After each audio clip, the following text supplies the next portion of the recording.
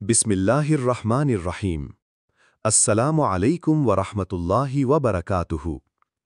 তুমি যত বড় পাপীই হও না কেন, এই তিনটি কাজ করলে তুমি নিশ্চিত জান্নাতি। প্রিয় ভাই বোন বন্ধুগণ, মানুষের জীবন আসলে একটি পরীক্ষার নাম।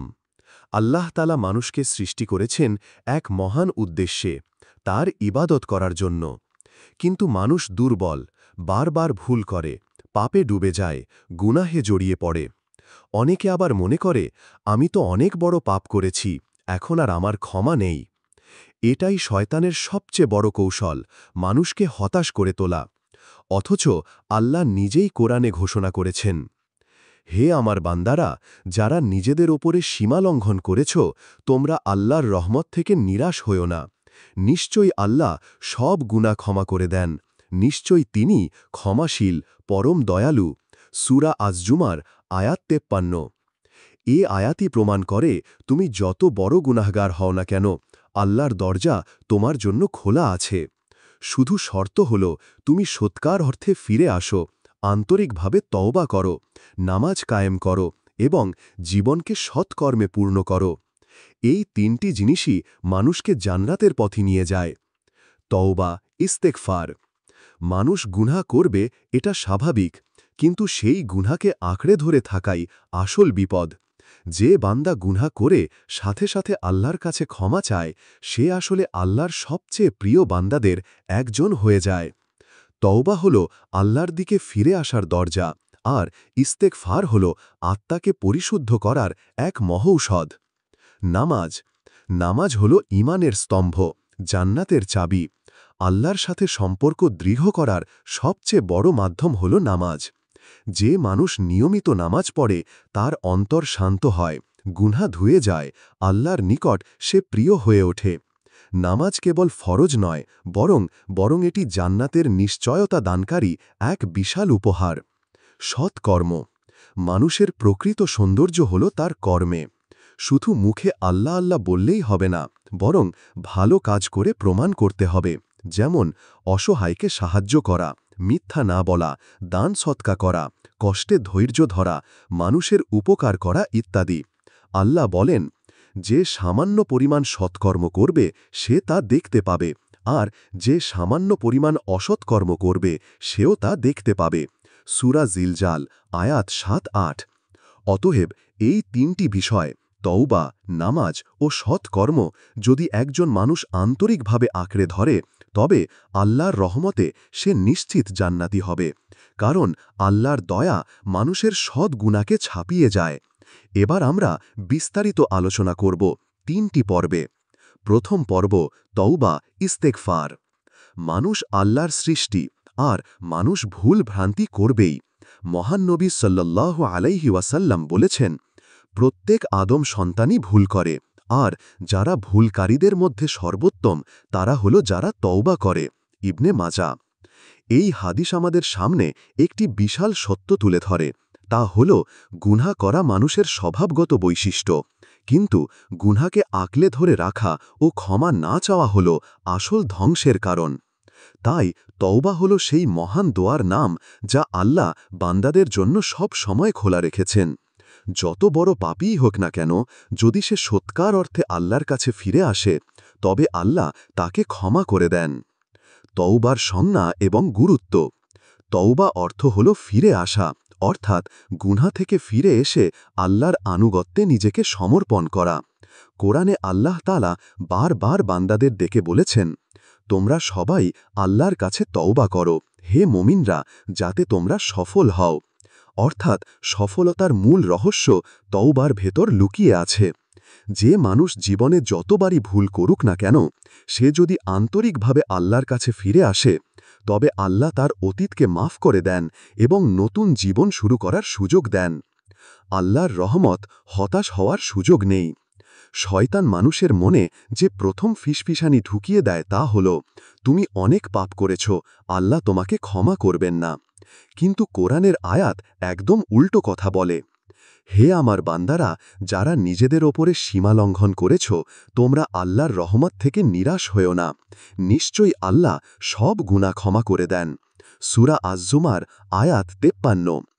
এই আয়াতের মাধ্যমে আল্লাহ ঘোষণা করেছেন, বান্দা যত বড় পাপীই হোক, যত গুনাহই করুক, তওবার মাধ্যমে সব মাফ হয়ে যায়। ইস্তেগফারের শক্তি। ইস্তেগফার মানে হল আল্লাহর কাছে ক্ষমা প্রার্থনা করা। শুধু মুখে আস্তাগফিরুল্লাহ বলা নয়, বরং অন্তরে অনুশোচনা থাকা, ভবিষ্যতে আর সেই গুনাহ না করার দৃঢ় প্রতিজ্ঞা করা। রাসূলুল্লাহ সাল্লাল্লাহু আলাইহি ওয়াসাল্লাম প্রতিদিন প্রায় ৭০ থেকে ১০০ বার ইস্তেগফার করতেন, বুখারী। অথচ তিনি ছিলেন নিষ্পাপ। তাহলে আমরা যারা প্রতিদিন অসংখ্য গুনাহ করি, আমাদের কি প্রতিদিন হাজারবারও ইস্তেগফার করা উচিত নয়? ইস্তেগফার শুধু গুনাহ মাফের উপায় নয়, বরং জীবনে বরকত আনার মাধ্যমও। কোরআনে বলা হয়েছে, তোমরা তোমাদের প্রভুর কাছে ক্ষমা চাও, তিনি তোমাদের ওপর আকাশ থেকে প্রচুর বৃষ্টি বর্ষণ করবেন এবং তিনি তোমাদের সম্পদ বৃদ্ধি করবেন, সন্তান বৃদ্ধি করবেন, তোমাদের জন্য বাগান বানাবেন এবং নদী প্রবাহিত করবেন। সূরা নূহ আয়াত ১০-১২। অতএব ইস্তেগফার হল রিজিক বৃদ্ধি, শান্তি, নিরাপত্তা ও দুনিয়াতে বরকতের চাবি। নবীদের তওবা। নবীগণও ছিলেন নিষ্পাপ, কিন্তু তারাও আল্লাহর কাছে তওবা করতেন। আদম আলাইহিস সালাম গুনাহ করার পর আল্লাহর কাছে কান্না করে ক্ষমা চেয়েছিলেন। আল্লাহ তার তওবা কবুল করেছিলেন। ইউনুস আলাইহিস সালাম মাছের পেটে আল্লাহর কাছে দোয়া করেছিলেন, লা ইলাহা ইল্লা আনতা সুবহানাকা ইন্নী কুনতু মিনাজ জলিমিন। আল্লাহ সঙ্গে সঙ্গে তাকে রক্ষা করেছিলেন। মহান নবী মুহাম্মদ সাল্লাল্লাহু আলাইহি ওয়াসাল্লামও দিনে বহুবার তওবা ও ইস্তেগফার করতেন। এতে বোঝা যায়, তওবা শুধু গুনাহগারের জন্য নয়, বরং আল্লাহর নৈকট্য লাভের শ্রেষ্ঠ উপায়। তওবার শর্ত। ইসলামে তাওবার কিছু শর্ত আছে। ১. গুনাহের জন্য আন্তরিকভাবে অনুশোচনা করা। ২. সাথে সাথে গুনাহ ছেড়ে দেওয়া। ৩. ভবিষ্যতে আর সেই গুনাহ না করার দৃঢ় প্রতিজ্ঞা করা। ৪. যদি কারো হক নষ্ট করে থাকে, তবে তা ফিরিয়ে দেওয়া। এই শর্তগুলো পূরণ করলে আল্লাহর কাছে তাওবা কবুল হওয়ার ব্যাপারে সন্দেহ নেই। তাওবা বিলম্ব না করা। অনেকে ভাবে, বৃদ্ধ হলে তাওবা করব, এখনও অনেক সময় আছে, কিন্তু মৃত্যু কখন এসে যাবে কেউ জানে না।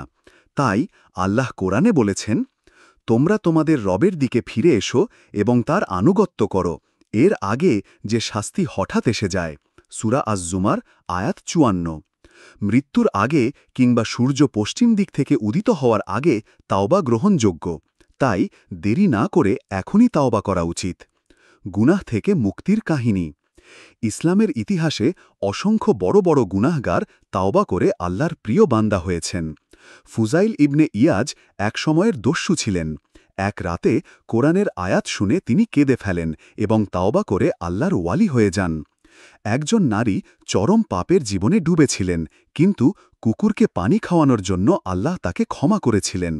এগুলো প্রমাণ করে আল্লাহর দরজা কখনো বন্ধ হয় না। আজকের যুগে তাওবার প্রয়োজনীয়তা। বর্তমান যুগে মানুষ চারপাশে গুনাহের পরিবেশে বসবাস করছে। ইন্টারনেট, মিডিয়া, অবৈধ সম্পর্ক, অন্যায়, সুদ, মিথ্যা এসব যেন সর্বত্র ছড়িয়ে আছে। তাই এ যুগে সবচেয়ে বড় অস্ত্র হল তাওবা ও ইস্তেগফার। যে মানুষ প্রতিদিন তাওবা করে, আল্লাহর সাথে সম্পর্ক দৃঢ় রাখে, তার জন্য জান্নাত নিশ্চিত। প্রিয় বন্ধুগণ, তাওবা হল বান্দার মুক্তির সেতু। যত বড় গুনাহই হোক, আল্লাহর দরজা সব সময় খোলা। আল্লাহর কাছে আন্তরিকভাবে ফিরে আসলে অতীতের সব পাপ মুছে যায়, মানুষ নতুন জীবন শুরু করতে পারে। তাই আমাদের সবারই উচিত প্রতিদিন তাওবা করা, ইস্তেগফার করা এবং আল্লাহর কাছে দোয়া করা। হে আল্লাহ, আমাদের গুনাহগুলো ক্ষমা করুন, আমাদের অন্তরগুলোকে পরিশুদ্ধ করুন এবং আমাদের জান্নাতের উপযুক্ত বানিয়ে দিন। আমিন। দ্বিতীয়ত, নামাজ। নামাজ হল ইসলামের দ্বিতীয় স্তম্ভ এবং ঈমানের পর সর্বশ্রেষ্ঠ ইবাদত।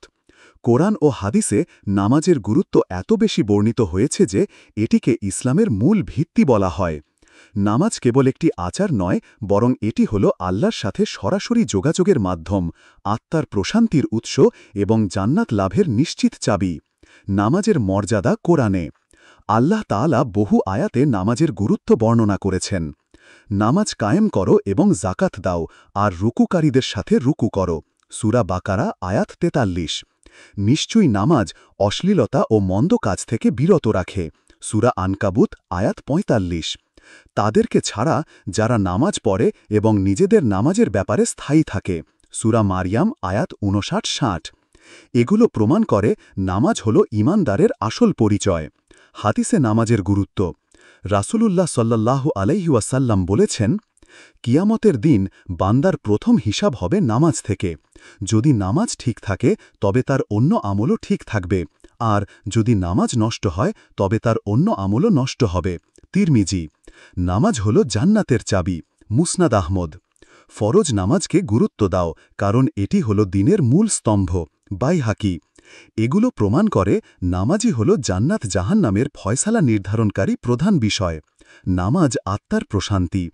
মানুষ দুনিয়ার দৌড়ঝাঁপ, দুঃখ দুর্দশা, উদ্বেগ উৎকণ্ঠার ভেতর ক্লান্ত হয়ে যায়, তখন নামাজ তাকে শান্তি দেয়। মহানবী সাল্লাল্লাহু আলাইহি ওয়াসাল্লাম কষ্ট এলে বলতেন, হে বিলাল, ওঠো, আমাদের জন্য নামাজের মাধ্যমে আরাম দাও। আবু দাউদ। এটি প্রমাণ করে নামাজ শুধু কর্তব্য নয়, বরং অন্তরের শান্তি ও সান্ত্বনার উৎস। নামাজ মানুষকে গুনাহ থেকে দূরে রাখে। আল্লাহ কোরআনে বলেছেন, নিশ্চয়ই নামাজ অশ্লীলতা ও মন্দ কাজ থেকে বিরত রাখে। সূরা আনকাবুত আয়াত ৪৫। যে মানুষ নিয়মিত খুশুখুজু সহকারে নামাজ পড়ে তার জীবনে ধীরে ধীরে গুনাহ কমে যায়। নামাজ হল একটি পরিশোধন প্রক্রিয়া যা অন্তরকে পরিষ্কার করে। সাহাবীদের জীবনে নামাজ। সাহাবীরা নামাজের ব্যাপারে এতটাই সচেতন ছিলেন যে যুদ্ধক্ষেত্রেও নামাজ কখনো ছাড়েননি। বদর, উহুদ কিংবা অন্য যে কোনো যুদ্ধে তারা জামাতের সাথে নামাজ আদায় করতেন। এক সাহাবী গুরুতর আহত হয়েও রক্তাক্ত অবস্থায় নামাজ শেষ করেছিলেন, কারণ তারা জানতেন নামাজ ছাড়া জীবন অসম্পূর্ণ। নামাজ না পড়ার ভয়াবহতা। হাদিসে এসেছে, আমাদের ও তাদের মধ্যে পার্থক্য হল নামাজ। যে নামাজ ছেড়ে দেয় সে কুফরি করে। তিরমিজি। এমনকি কোরআনে আল্লাহ বলেছেন, তাহলে জাহান্নামীদের কি কারণে জাহান্নামে নিক্ষেপ করা হল? তারা বলবে, আমরা নামাজ আদায় করতাম না। সূরা মুদ্দাসসির আয়াত ৪২-৪৩। অতএব নামাজ ছাড়া জান্নাত কল্পনাই করা যায় না। ৫ ওয়াক্ত নামাজের রহস্য। ১. ফজর নামাজ দিনের সূচনা করে আল্লাহর স্মৃতিতে। এটি আলোকিত জীবন ও বরকতের সূচনা। ২. জোহর নামাজ দিনের ব্যস্ততার মাঝে মনে করিয়ে দেয় দুনিয়ার কাজের মাঝেও আল্লাহকে ভুলে যাওয়া যাবে না। ৩. আসর নামাজ দিনের শেষ ভাগে মানুষকে সতর্ক করে সময় শেষ হওয়ার আগেই আল্লাহর কাছে ফিরে আসতে হবে। ৪. মাগরিব নামাজ সূর্যাস্তের সাথে সাথে জীবনের ক্ষণস্থায়িত্ব মনে করিয়ে দেয়। ৫. এশা নামাজ দিনের সমাপ্তি করে আল্লাহর কাছে আত্মসমর্পণের মাধ্যমে। এগুলো আসলে জীবনের প্রতিটি অংশকে আল্লাহর স্মৃতিতে ভরে রাখার ব্যবস্থা। নামাজ ও জান্নাত। রাসূলুল্লাহ সাল্লাল্লাহু আলাইহি ওয়াসাল্লাম বলেছেন, যে ব্যক্তি ৫ ওয়াক্ত নামাজের প্রতি যত্নবান থাকবে তার জন্য জান্নাত নিশ্চিত। আহমাদ। অন্য হাদিসে এসেছে, যে ব্যক্তি এশার নামাজ জামাতে পড়ে সে যেন অর্ধেক রাত ইবাদত করল, আর যে ফজরের নামাজ জামাতে পড়ে সে যেন পুরো রাত ইবাদত করল। মুসলিম। অতএব নামাজ হল জান্নাত লাভের সহজ ও নিশ্চিত পথ। নামাজের ভেতর খুশু। নামাজের আসল সৌন্দর্য খুশুর ভেতর। শুধু দেহ দিয়ে নামাজ পড়লে তা পূর্ণ হয় না, অন্তরকেও আল্লাহর দিকে মনোযোগী হতে হবে। খুশু সহকারে নামাজ পড়লে অন্তর প্রশান্ত হয় এবং আল্লাহর সাথে গভীর সম্পর্ক গড়ে ওঠে। নামাজের প্রভাব সমাজে। নামাজ কেবল ব্যক্তিগত নয়, বরং সামাজিক প্রভাবও রাখে। জামাতে নামাজ পড়লে ভ্রাতৃত্ব বাড়ে, মানুষ একে অপরের খোঁজ নেয়, মুসলিম সমাজে ঐক্য প্রতিষ্ঠিত হয়। বন্ধুগণ, নামাজ হল ঈমানের পর ইসলামের সবচেয়ে গুরুত্বপূর্ণ স্তম্ভ। এটি ছাড়া কোনো মুসলমানের জীবন সম্পূর্ণ হয় না। যে মানুষ নামাজ কায়েম করে আল্লাহর সাথে তার সম্পর্ক দৃঢ় হয়, তার অন্তর পরিশুদ্ধ হয় এবং জান্নাত তার জন্য নিশ্চিত হয়ে যায়। অতএব আমাদের উচিত কখনোই নামাজ ত্যাগ না করা, বরং নিয়মিতভাবে নামাজ আদায় করা এবং এর মাধ্যমে আল্লাহর নৈকট্য অর্জন করা। তৃতীয়ত, সৎকর্ম। ইসলামে সৎকর্মের গুরুত্ব অপরিসীম। মানুষ আল্লাহর প্রতি বিশ্বাস রাখার পাশাপাশি জীবনে সৎকর্ম না করলে তার ঈমান পূর্ণতা পায় না। কোরআন বারবার ঘোষণা করেছে, যারা ঈমান এনেছে এবং সৎকর্ম করেছে তাদের জন্য রয়েছে জান্নাতের উদ্যানসমূহ, যেখানে তারা স্থায়ীভাবে বসবাস করবে। সূরা বাকারা আয়াত ৮২ অর্থাৎ জান্নাত শুধু ঈমানদারদের জন্য নয়, বরং ঈমান ও সৎকর্ম একত্রিত হলে তবেই জান্নাতের নিশ্চয়তা মেলে। সৎকর্মের সংজ্ঞা: সৎকর্ম মানে হল আল্লাহর সন্তুষ্টির উদ্দেশ্যে করা ভালো কাজ। এটি হতে পারে ইবাদত, হতে পারে মানুষের উপকারে আসা কাজ, হতে পারে ছোট ছোট দয়ার কাজ, যেমন নামাজ, রোজা, জাকাত, হজ করা, দান সৎকা করা, দরিদ্রকে সাহায্য করা, মিথ্যা না বলা, প্রতারণা না করা, অসুস্থকে দেখতে যাওয়া, পথ থেকে কাঁটা সরানো। রাসূলুল্লাহ সাল্লাল্লাহু আলাইহি ওয়াসাল্লাম বলেছেন, তোমার ভাইয়ের দিকে হাসিমুখে তাকানো একটি সদকা। তিরমিজি। অর্থাৎ সৎকর্মের ক্ষেত্র এতই বিস্তৃত যে প্রতিটি মানুষ চাইলে সহজেই সৎকর্মে অভ্যস্ত হতে পারে। কোরআনে সৎকর্মের গুরুত্ব: কোরআন প্রায় প্রতিটি জায়গায় ঈমানের সাথে সৎকর্মকে যুক্ত করেছে। যারা ঈমান এনেছে এবং সৎকর্ম করেছে তাদের জন্য রয়েছে জান্নাতের সুসংবাদ। সূরা ইউনুস আয়াত ৯। যে সামান্য সৎকর্ম করবে সে তা দেখতে পাবে। সূরা জিলজাল আয়াত ৭। আল্লাহ তাদের পুরস্কার নষ্ট করেন না যারা সৎকর্ম করে। সূরা আলে ইমরান আয়াত ১৭১। এগুলো প্রমাণ করে আল্লাহর কাছে কোনো সৎকর্মই তুচ্ছ নয়। সৎকর্ম ও জান্নাত: রাসূলুল্লাহ সাল্লাল্লাহু আলাইহি ওয়াসাল্লাম বলেছেন, মানুষকে জান্নাতে প্রবেশ করানোর প্রধান কারণ হল আল্লাহ ভয় এবং সৎকর্ম। তিরমিজি। অন্য এক হাদিসে এসেছে, একজন নারী কুকুরকে পানি খাওয়ানোর কারণে জান্নাত লাভ করেছে। বুখারী, মুসলিম। অতএব জান্নাত কেবল বড় আমল দিয়ে নয়, বরং ছোট ছোট সৎকর্ম দিয়েও পাওয়া যায়। দান সদকা সৎকর্মের শ্রেষ্ঠ অংশ। কোরআনে আল্লাহ বলেছেন, তোমরা যা কিছু ব্যয় করবে আল্লাহর পথে, আল্লাহ তার প্রতিদান দেবেন। সূরা সাবা আয়াত ৩৯। দান সদকা দরিদ্রকে সাহায্য করার পাশাপাশি আত্মাকে পরিশুদ্ধ করে। রাসূলুল্লাহ সাল্লাল্লাহু আলাইহি ওয়াসাল্লাম বলেছেন, সদকা গুনহা মুছে দেয় যেমন পানি আগুন নিভিয়ে ফেলে। তিরমিজি। ছোট ছোট সৎকর্ম: ইসলাম শেখায় সামান্য কাজকেও ছোট করে দেখা যাবে না। পথ থেকে কাঁটা সরানো একটি সৎকর্ম, অসুস্থকে দেখতে যাওয়া একটি সৎকর্ম, ক্ষুধার্তকে খাওয়ানো একটি সৎকর্ম, কাউকে সান্ত্বনা দেওয়া একটি সৎকর্ম। রাসূলুল্লাহ সাল্লাল্লাহু আলাইহি ওয়াসাল্লাম বলেছেন, তুমি যদি তোমার ভাইকে হাসিমুখে স্বাগত জানাও সেটিও একটি সৎকর্ম। তিরমিজি। সৎকর্ম সমাজে শান্তি আনে। যদি প্রত্যেক মানুষ সত্যবাদী হয়, প্রতারণা না করে, দরিদ্রকে সাহায্য করে, অসহায়কে সহায়তা করে, তাহলে সমাজ শান্তিময় হয়ে উঠবে। ইসলাম সৎকর্মের মাধ্যমে শুধু ব্যক্তিগত জীবন নয়, বরং সামাজিক ন্যায্যতা প্রতিষ্ঠা করতে চায়।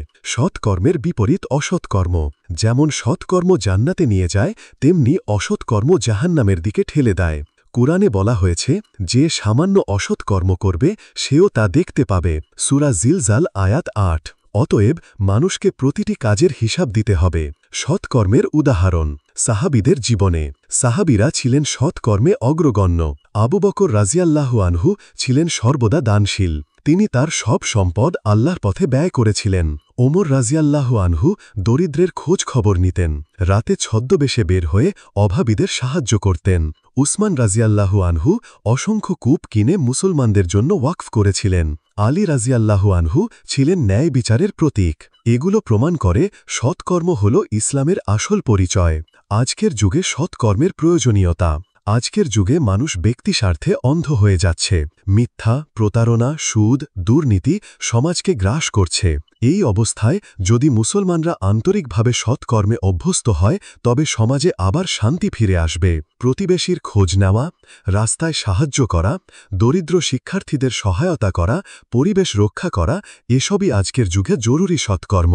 সৎকর্মের পুরস্কার কখনো বৃথা যায় না। রাসূলুল্লাহ সাল্লাল্লাহু আলাইহি ওয়াসাল্লাম বলেছেন, তুমি যে সৎকর্ম করবে আল্লাহ তা কখনো নষ্ট করবে না। সামান্য দান যদি খাঁটি নিয়তে হয়, আল্লাহ তার বিনিময়ে পাহাড় সমান পুরস্কার দেবেন। বন্ধুগণ, সৎকর্ম হল জান্নাতের পথে নিশ্চিত সহচর। আল্লাহর কাছে ঈমানের পর সৎকর্মের বিকল্প নেই। ছোট বা বড়, প্রতিটি ভালো কাজ মানুষের আমলনামা ভারী করে। তাই আমাদের জীবনের প্রতিটি মুহূর্তে চেষ্টা করা উচিত আমরা যেন কোনো ভালো কাজ হাতছাড়া না করি। আল্লাহর দয়া, নামাজের নিয়মানুবর্তিতা এবং সৎকর্মের প্রতি যত্নবান হলে একজন মানুষ নিশ্চিত জান্নাতি।